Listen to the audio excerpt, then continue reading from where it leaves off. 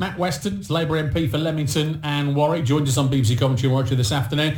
Matt, she's had to do this, hasn't she, really? She's gone and done it now, and she's showing leadership by doing this, isn't she, today?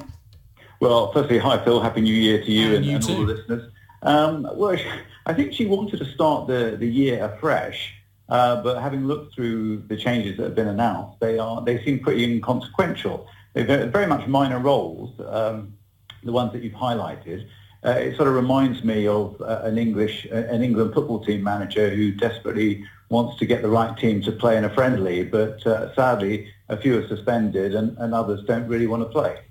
Good. It's a good analogy. I like that. Seriously, though, we're expecting to hear a junior minister's lineup tomorrow, and we're told, it's been heavily trailed, there'll be more women, a bit more ethnically diverse. That's going to be something that's welcomed, isn't it?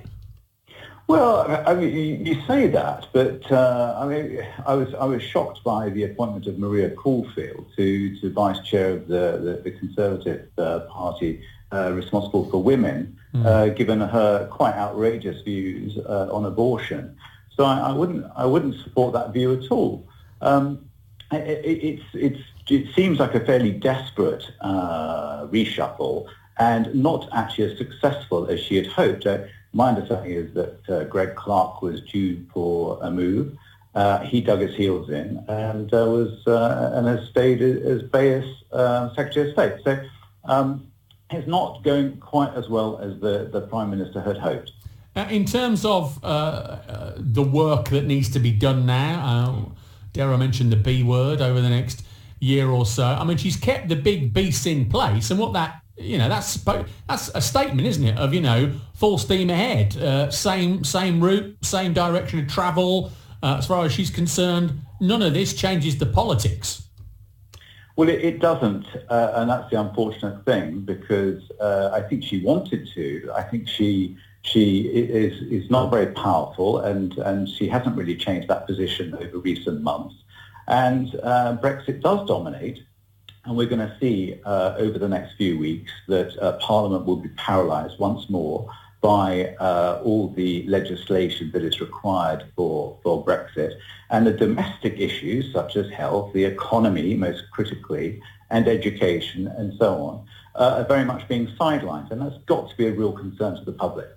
Well, we'll get some more reaction on the ins and outs and the comings and goings on Downing Street throughout the afternoon here. But while I've got you on, Matt, I know this is a story we've covered quite extensively on this programme over the last 6 months or so. On Wednesday, you're going to bring this issue to the House of Commons, aren't you? This is the debate on the Warwick District Council Riverside House development. For people who don't know, this is the relocation, effectively, of Warwick District Council from its current premises to a brand new purpose-built building with some residential accommodation going in there. We've subsequently found out there was no social housing involved in that. Why is this of a concern for you, and why do you feel as though it's going to be debated in the Commons?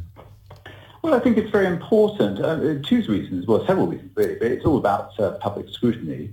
The applicant, as you say, is Warwick District Council, looking to relocate its office, sell its existing site exclusively for private housing, zero affordables, zero social, zero council housing on that site.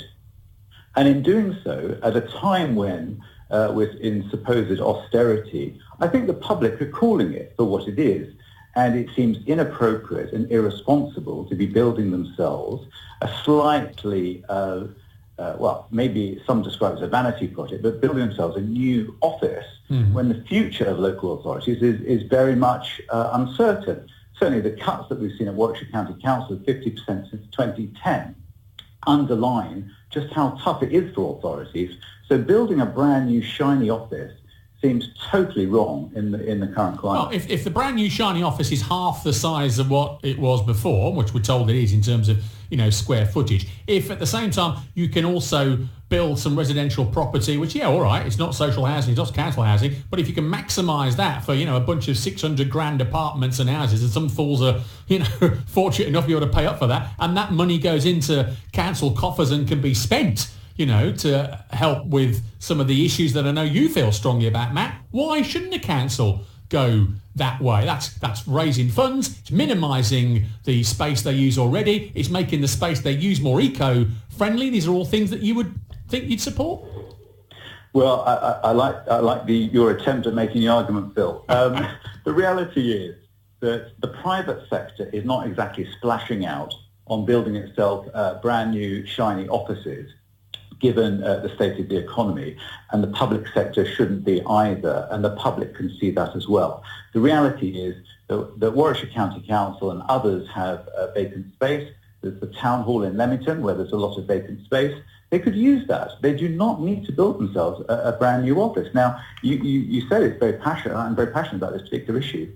We have such a huge crisis over homelessness in this country, and also statutory homeless, where there are 700 plus people in Warwick District who are awaiting accommodation. So they are the people who should be the priority for any housing that gets built, not private exclusive housing on a site in the centre of Leamington. I walked past the Benjamin Satchwell pub today, and there's a homeless man outside the front of that with a bit of cardboard sat there saying, "We'll work for, do any work, please don't judge me.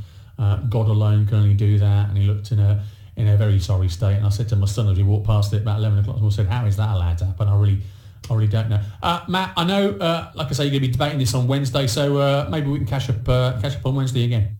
Yeah, for sure. And as I say, have a good New Year. Matt Weston, Happy New Year, Labour MP for Leamington and Warwick. On the Prime Minister's Cabinet reshuffle today,